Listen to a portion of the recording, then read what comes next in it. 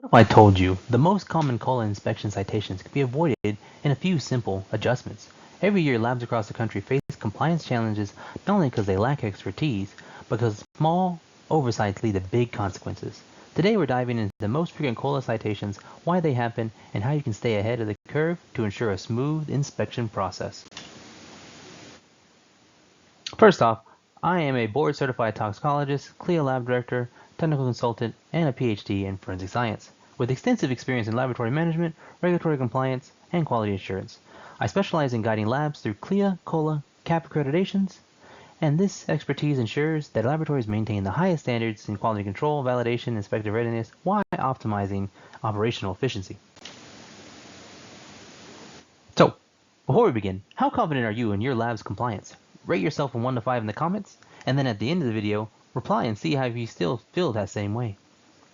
But what are the most frequent citations over the last 12 months? The most frequent citations.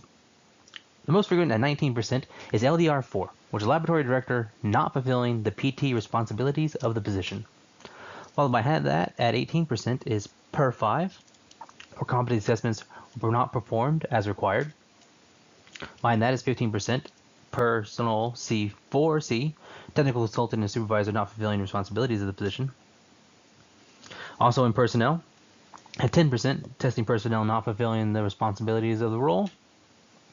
And then at 10% is PT16, laboratory not reviewing PT results with supervisor, staff, or testing personnel. Digging into the top cited, LDR4E. Does the laboratory meet the proficiency testing responsibilities of the position?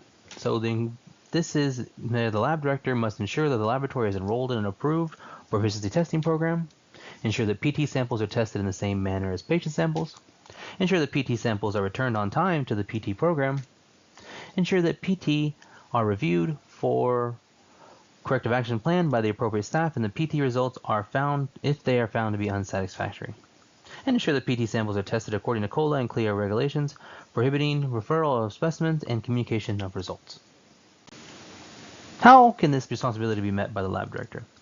By selecting an approved PT provider that meets your needs, maintaining continuous enrollment in a PT program, making sure testing personnel understand the rules and requirements for testing PT samples and the importance of submitting results on time. Review initial and date PT records and evaluate your lab's performance, and require staff to investigate any unacceptable results and any results that do not reflect the laboratory's performance, and to take corrective action when needed. To review, approve, initial, and date all PT failure investigations conducted by the staff, and maintain this documentation for 2 years. Now, the second most common citation is Personnel 5, competency assessments not performed as required. This statement is listed out as, does your laboratory or technical supervisor or technical consultant follow written procedures and policies to periodically evaluate personnel performance, competency of staff involvement in pre-analytic, analytic, and post-analytic phases of testing, as well as responsible for supervision and consultation? So how this responsibility is met. It's not simply a review of the individual's initiative, interpersonal relationships, and work ethic through all these important attributes. It's also the focus of the process of the individual's ability to perform assigned tasks according to defined processes and procedures to ensure accurate and reliable laboratory results. The review must address the competency of each individual to fulfill the duties and responsibilities of their position, including assessment of actual test performance and interpretation of results. So how can this responsibility be met? Competency assessments must be performed with all methods and instrumental changes. All testing personnel are to be included in this process, from personnel involved in specimen collection to processing, as well as those responsible for supervision and compliance.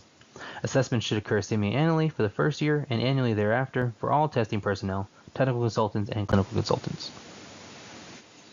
The most frequently repeated citation. So we went over the most citations. This is the one that is the most frequently repeated. Lack of competency assessment performed as required accounted for 33% of the repeat citations.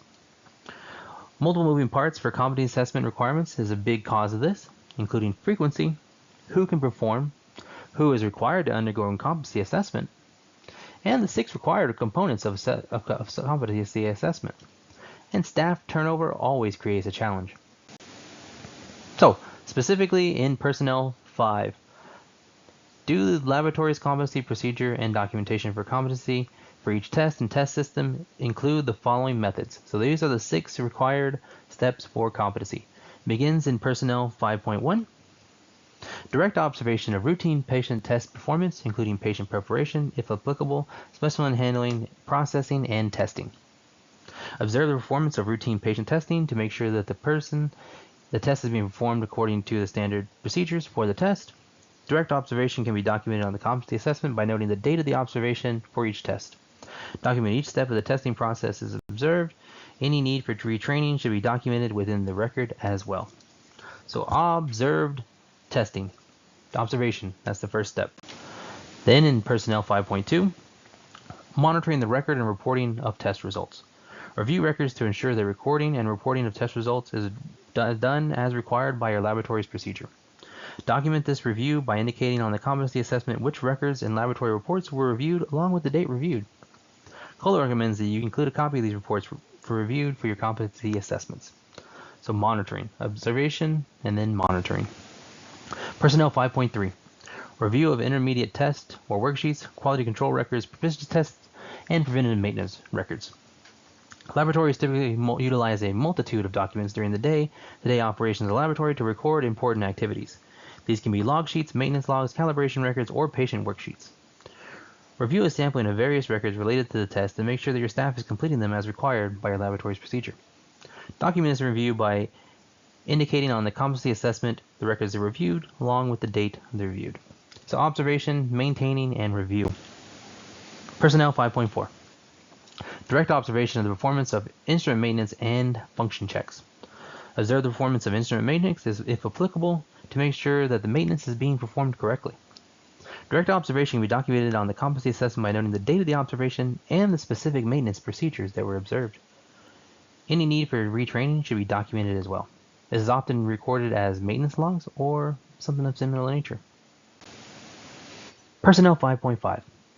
Assessment of test performance through testing previously analyzed specimens, internally blind testing samples, or external proficiency testing. Each testing personnel needs to run blind samples as part of a competency evaluation for each test they perform. Evaluate results to make sure that they achieve acceptable results. PT can be used for this purpose as part of the competency assessment, or you can use previously tested patient samples with known values. If you use PT as part of your competency assessment for multiple staff members, it is best to rotate PT among your testing personnel. And finally, 5.6. Assessment of problem-solving skills. You can access problem-solving skills via retrospective review of problem logs or QA activities, and you can also provide what-if scenarios to test each personnel to see if they know what to do when anomalies occur, such as incorrect specimen type or how to investigate a physician complaint. Include copies of documentation used in the exercise with the competency records. So what other questions should we be asking? What requirements are most challenging to maintain over time? Or example, what is more likely to cause repeat citations? What are the most common citations for startup laboratories? What are the impact of lab director staff turnover have on these types of citations?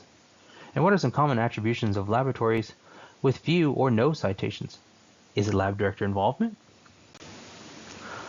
To dig into these things, it's important to get targeted support or education. There's educational course offerings, including lab director responsibilities, technical consultant or technical supervisor responsibilities, improving PT performance. There's also templates you can use for documentation.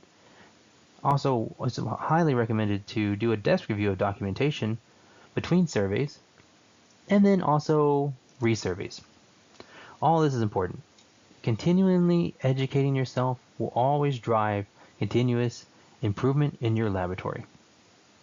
On that note, you can check out this next video for more continuing education opportunities. Thank you.